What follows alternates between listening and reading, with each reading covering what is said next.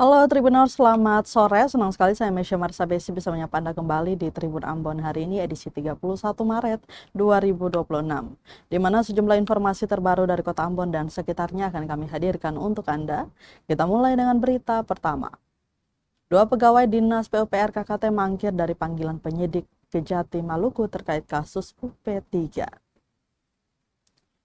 Dua pegawai Dinas Pekerjaan Umum dan Penataan Ruang atau PUPR Kabupaten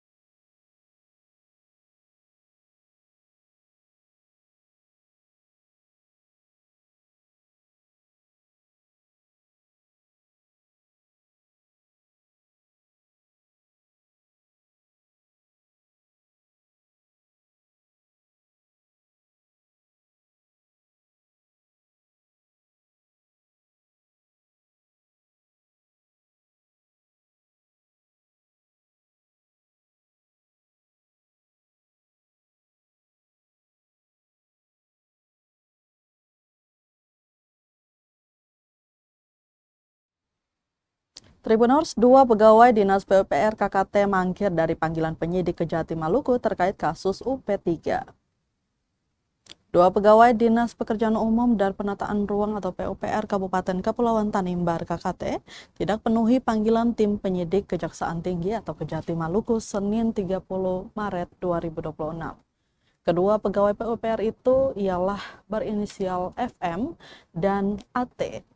Mereka dipanggil untuk memberikan keterangan terkait dengan skandal utang pihak ketiga atau UP3 Kabupaten Kepulauan Tanimbar tahun anggaran 2009 hingga 2025 yang disebutkan dibayarkan kepada kontraktor Agustinus Theodorus hingga 80-an miliar lebih. Namun Kasipenkum dan Humas Kejati Maluku tidak memberikan keterangan lebih lanjut apa alasan dibalik ketidakhadiran mereka.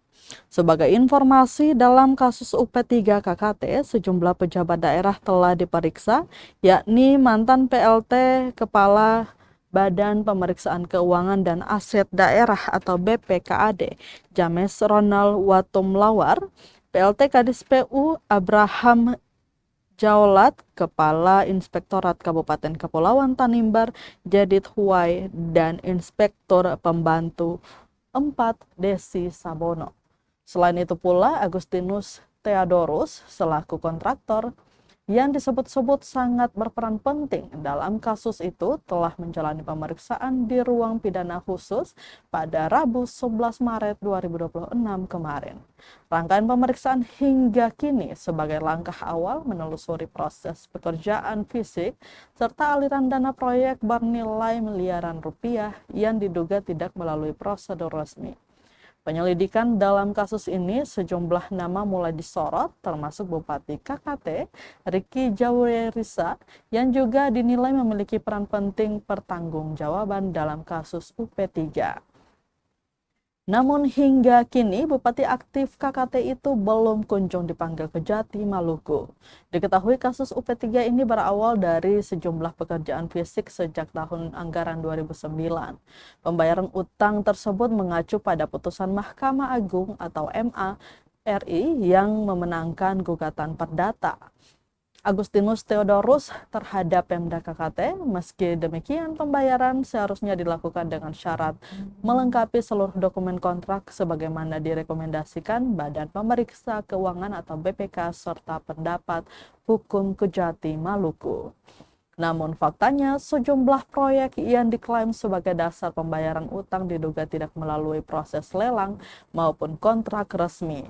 Informasi yang dihimpun menyebutkan sebagian proyek tersebut diduga dikerjakan melalui mekanisme penunjukan langsung tanpa prosedur pengadaan yang sah. Kasus ini juga sempat menjadi perhatian Komisi Pemberantasan Korupsi atau KPK saat melakukan pemeriksaan di KKT pada tahun 2022. Belum diketahui berapa jumlah kerugian secara pasti anggaran jumbo tersebut. Tentu penyelesaian kasus ini dan kepastian hukum sangat diperlukan.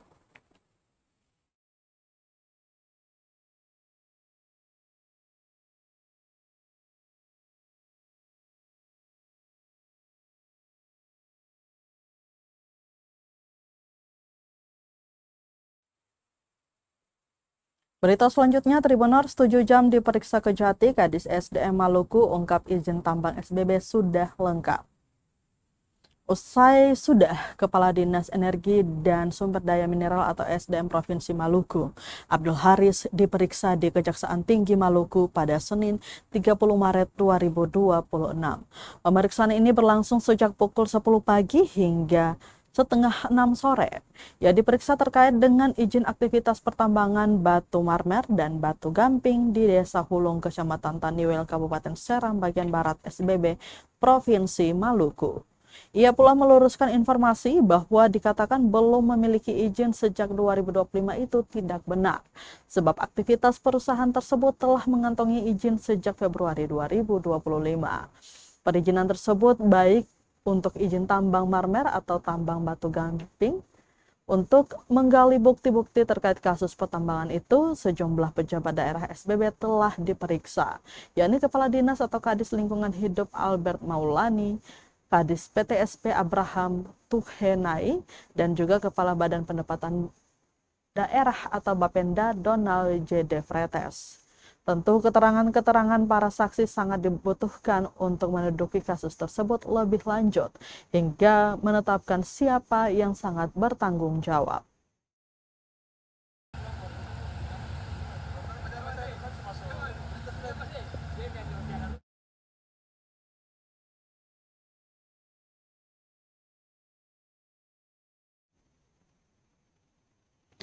Kasus dugaan pencemaran nama baik Raja Soya naik tahap lidik, Julia dan Vita segera dipanggil polisi. Penanganan kasus dugaan pencemaran nama baik yang menyeret Julia Soplanit dan Vita Rehata mulai memasuki babak baru. Penyidik Polresta Ambon memastikan akan segera memanggil para pihak terkait dalam waktu dekat. Kasat Reskrim Polresta Ambon, Kompol Androyuan Elim, mengungkapkan bahwa laporan atas kasus tersebut telah resmi diterima dan kini sedang ditindaklanjuti oleh penyidik. Menurutnya proses hukum ini masih berada pada tahap awal, yakni penyelidikan. Meski begitu, penyidik telah menyiapkan langkah lanjutan berupa pemanggilan terhadap korban dan para saksi. Ia menegaskan seluruh tahapan penanganan perkara akan dilakukan secara profesional dan sesuai dengan ketentuan hukum yang berlaku. Androyuan juga memastikan laporan tersebut telah tercatat secara resmi dalam buku register kepolisian dan kini dalam penanganan unit Tipiter Polresta Ambon. Sebelumnya, kasus ini mencuat di tengah polemik pemilihan Raja Negeri Soya di Kota Ambon. Raja terpilih Negeri Soya Rudolf Mezak Reno Rehata secara resmi melaporkan Julia Soplanit dan Vita Rehata ke Polresta Ambon pada Selasa 17 Maret 2026. Laporan tersebut terkait dugaan fitnah dan pencemaran nama baik yang diduga dilakukan melalui media sosial Facebook. Penasihat hukum pelapor Margaret Octavia Kakisina menjelaskan bahwa laporan bermula dari unggahan kedua terlapor yang memviralkan foto baliho berisi narasi negatif yang menyebut nama kliennya. Dalam unggahan itu, pelapor dituding melakukan penyesatan opini publik terkait dinamika internal Negeri Soya. Postingan tersebut diunggah dalam waktu berdekatan dan disebarluaskan secara terbuka, sehingga memicu berbagai reaksi dan komentar dari pengguna media sosial. Kasus ini kini menjadi sorotan publik di Ambon, mengingat berkaitan erat dengan dinamika sosial dan adat dalam proses pemilihan Raja Negeri Soya. Sementara itu, Vita Rehata dan Julia Soplanit yang dikonfirmasi tribunambon.com enggan memberikan klarifikasi.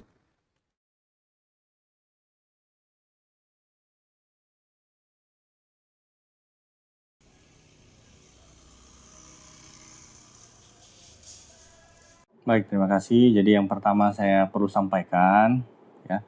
Jadi terkait dengan laporan ini dilaporkan oleh pengacara daripada Pak Rudolf. Yang ini dalam hal ini atas nama Ibu Margaret. Jadi untuk laporan tersebut sudah kami terima, kemudian sudah kami tindak lanjuti untuk kami disposisi kepada penyidik yang menangani dari unit Tipiter. Untuk sementara kami sudah mempersiapkan pemanggilan nanti untuk dalam minggu ini terkait dengan korban dan juga saksi-saksi yang ada. Jadi untuk proses yang dijalani nanti tetap kita laksanakan upaya proses penyelidikan dulu, ya. Jadi proses ini akan kami tangani dan akan kami proses sesuai dengan ketentuan hukum yang ada.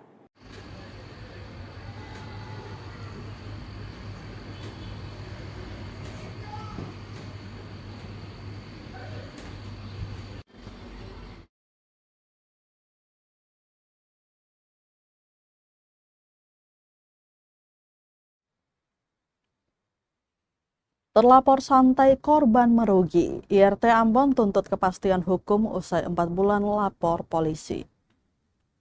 Seorang ibu rumah tangga di Ambon, Mirnawati Patandung, 33 tahun menuntut kepastian hukum setelah laporan dugaan penipuan dan penggelapan yang ia ajukan sejak Desember 2025 belum menunjukkan perkembangan signifikan. Mirnawati mengaku telah melaporkan kasus tersebut ke polisi pada 17 Desember 2025 setelah sebelumnya sempat membuat pengaduan pada November 2025. Laporan itu tercatat dengan nomor LP-B-773-12 angka Romawi garing 2025 SPKT Polresta Ambon Polda Maluku. Menurutnya penyidik sempat menyampaikan bahwa seluruh terlapor telah diperiksa dan proses berikutnya tinggal menunggu jadwal mediasi.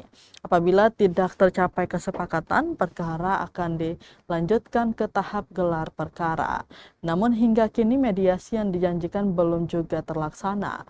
Mirnawati mengaku mengalami kerugian tidak hanya secara materi tetapi juga tenaga dan pikiran selama proses berjalan.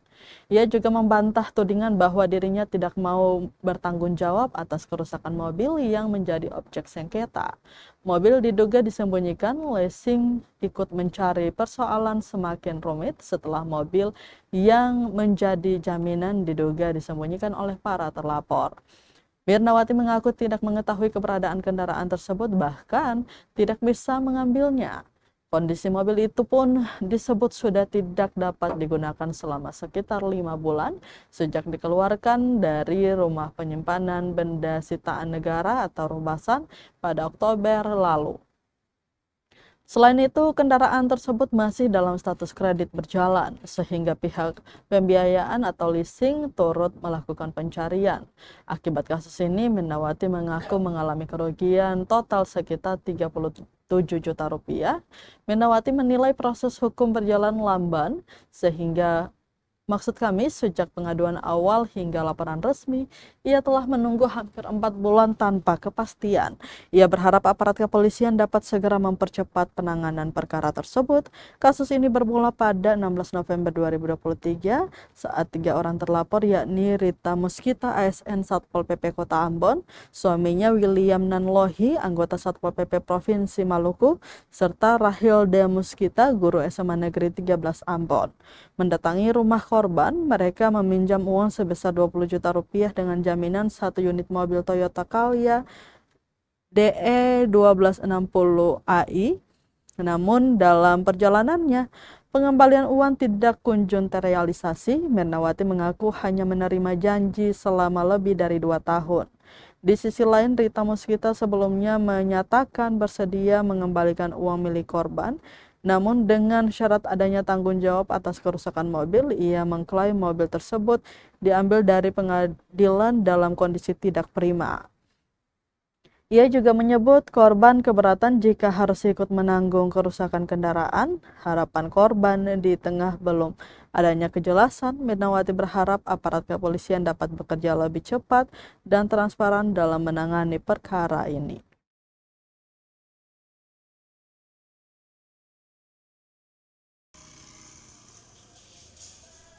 Dong langsung sembunyi mobil itu, dong seng mau kasih beta uang, beta mau minta mobil kembali, dong juga seng mau lain. Nah sekarang mobil ini dong ada sembunyi akang, beta seng tahu, dan mobil ini juga ada dalam dari Credit Plus ada cari mobil ini karena dong 8 bulan menunggak seng bayar angsuran lain. Jadi mobil itu masih kredit ya? Masih kredit.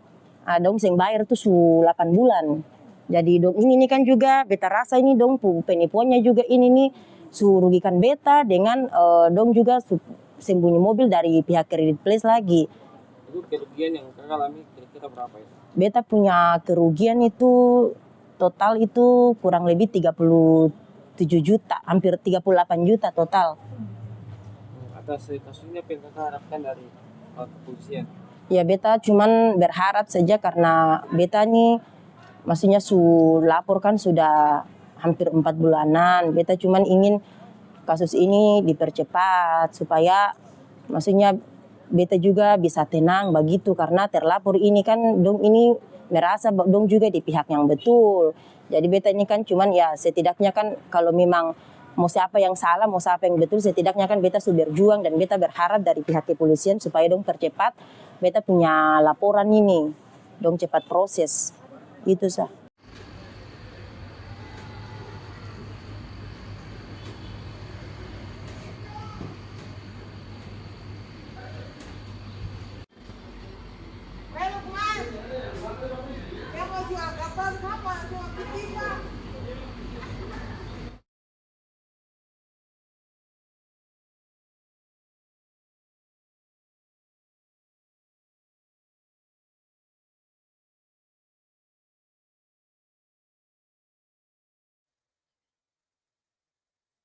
Tribunal peresmian gerai UMKM di kantor imigrasi kelas 1 TPI Ambon wujud kreativitas warga binaan. Kantor imigrasi kelas 1 TPI Ambon meresmikan gerai usaha mikro kecil dan menengah atau UMKM buatan warga binaan. Pantauan tribunambon.com Senin 30 Maret 2026 terlihat puluhan karya tangan warga binaan dipajang mulai dari lukisan, dompet hingga makanan. Kepala Kantor Imigrasi Kelas 1 TPI Ambon Eben Rifki Taufan mengatakan gerai ini menjadi akses warga binaan untuk pamer sekaligus jual karya. Produk warga binaan ini tak hanya bersumber dari lembaga pemasyarakatan atau lapas di Kota Ambon, lapas dan rumah tahanan di wilayah. Menurutnya, gerai UMKM ini menjadi salah satu bentuk sinergitas antara imigrasi dan pemasyarakatan. Dirinya pun mengajak masyarakat untuk mendukung, mencoba, dan membeli hasil karya UMKM ini untuk memberdayakan warga binaan. Melalui kegiatan ini diharapkan warga binaan dapat berkreasi dan menjadi bekal mereka setelah selesai masa pembinaan nantinya. Peresmian ini ditandai dengan pemotongan pita dan mencoba sirup pala oleh Kepala Kantor Imigrasi Kelas 1 TPI Ambon Eben Rifki Taufan, Kepala Kantor Wilayah atau Kekanwil Direktorat Jenderal Pemasyarakatan Ditjenpas Maluku, dijabat oleh Riki Dwi Biantoro.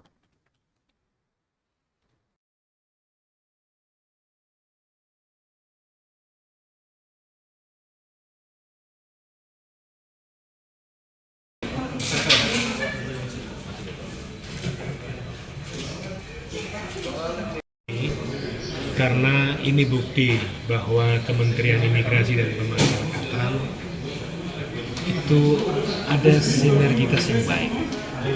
Ini juga masyarakat biar tahu bahwa warga binaan itu ada produk yang dihasilkan. Ada satu kegiatan yang nantinya akan menjadi bekal mereka setelah keluar dari masa pemidanaan. Dan inilah produk-produknya dan diharapkan masyarakat juga bisa melihat, syukur-syukur bisa mau membeli supaya produktivitas mereka bisa mendapat penilaian yang layak. Dan saya kira itu kami juga terima kasih dari pemasyarakatan hadir di sini yang mana menunjukkan bahwa kami mempunyai ikatan keluarga besar yang sangat baik. Saya kira itu saja. Salam yang kami hormati Bapak Kakanwil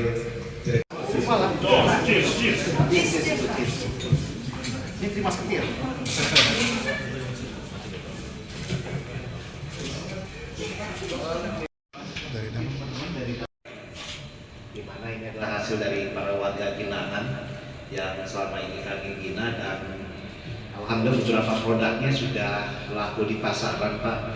Cuma memang pengguntingan kita dimulai.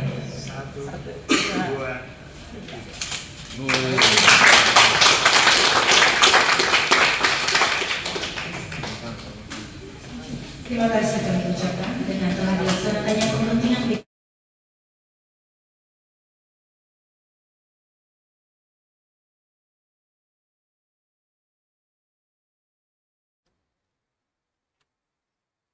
Kita ke berita lainnya, Tribuners. Usut perkara dugaan korupsi dana Bansos Dinas Koperasi Malteng, saksi berpotensi dipanggil ulang.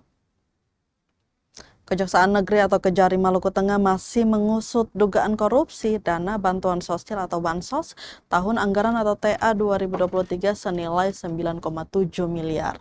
Di mana diketahui sebanyak 350-an saksi telah diperiksa dari total 400 panggilan kepada para pihak dari lembaga eksekutif, legislatif, maupun kelompok penerima Bansos tahun anggaran 2023. Beberapa waktu lalu, telah diajukan pula barang bukti atau BB berupa pernyataan tertulis kelompok penerima yang diminta oleh oknum legislator agar mengaku mendapat bantuan senilai 48 juta padahal yang diterima hanyalah 5 juta rupiah sampai 7 juta. Berdasarkan konfirmasi Tribun Ambon.com dengan Kasih Intelijen Kejari Maluku Tengah, Yuda Warta menuturkan jika diperlukan keterangan tambahan maka akan dipanggil lagi. Ia menegaskan ulang bahwa jika keterangan saksi begitu diperlukan maka akan dilayangkan panggilan ulang. Selain terhadap oknum legislator, pemanggilan ulang juga berpotensi dilayangkan ke pihak lain yang berstatus sebagai saksi dalam perkara dugaan korupsi dana bantuan sosial 9,7 miliar. Seperti diketahui, perkara dugaan korupsi dana bantuan sosial di Kabupaten Maluku Tengah telah bergulir sejak tahun 2025.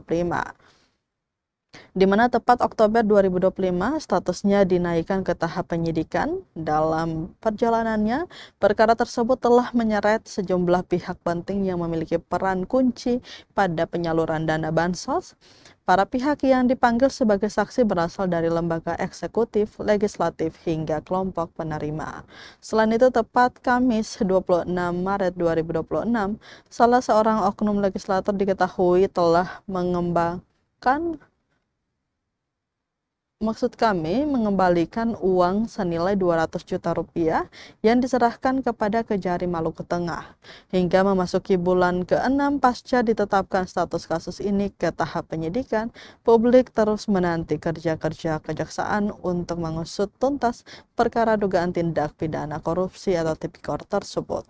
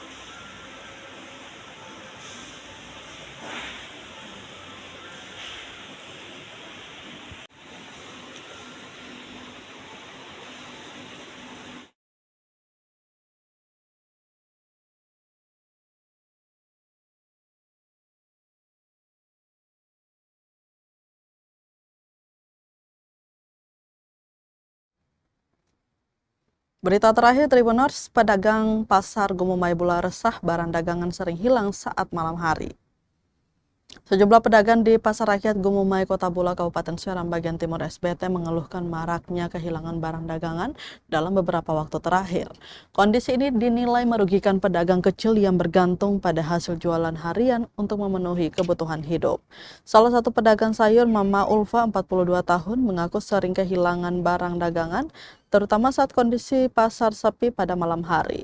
Menurutnya, tidak adanya penjagaan yang memadai membuat area pasar rawan pencurian. Ia menjelaskan barang yang hilang umumnya berupa sayuran yang mudah dibawa seperti cabai kecil hingga daun sayur. Tak hanya itu, barang dagangan dengan nilai lebih besar pun turut menjadi sasaran. Parahnya, kondisi ini sudah berlangsung cukup lama dan belum ada solusi konkret dari pihak terkait. Pedagang lainnya juga mengaku mengalami hal serupa meski tidak semua berani melapor. Sebagian pedagang memilih pasrah karena khawatir tidak ada tindak lanjut.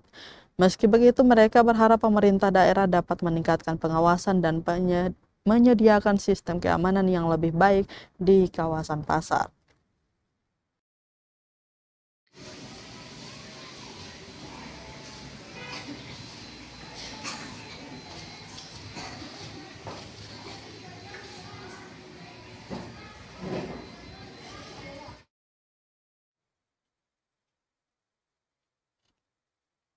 Tribuners, berita tadi sekaligus menutup rangkaian kebersamaan kita di Tribun Ambon hari ini, edisi 31 Maret 2026. Mewakili seluruh kru yang bertugas, saya Mesya Marsapesi pamit undur diri. Selamat sore dan sampai jumpa. Amato. Download Tribun X sekarang. Menghadirkan lokal menjadi Indonesia.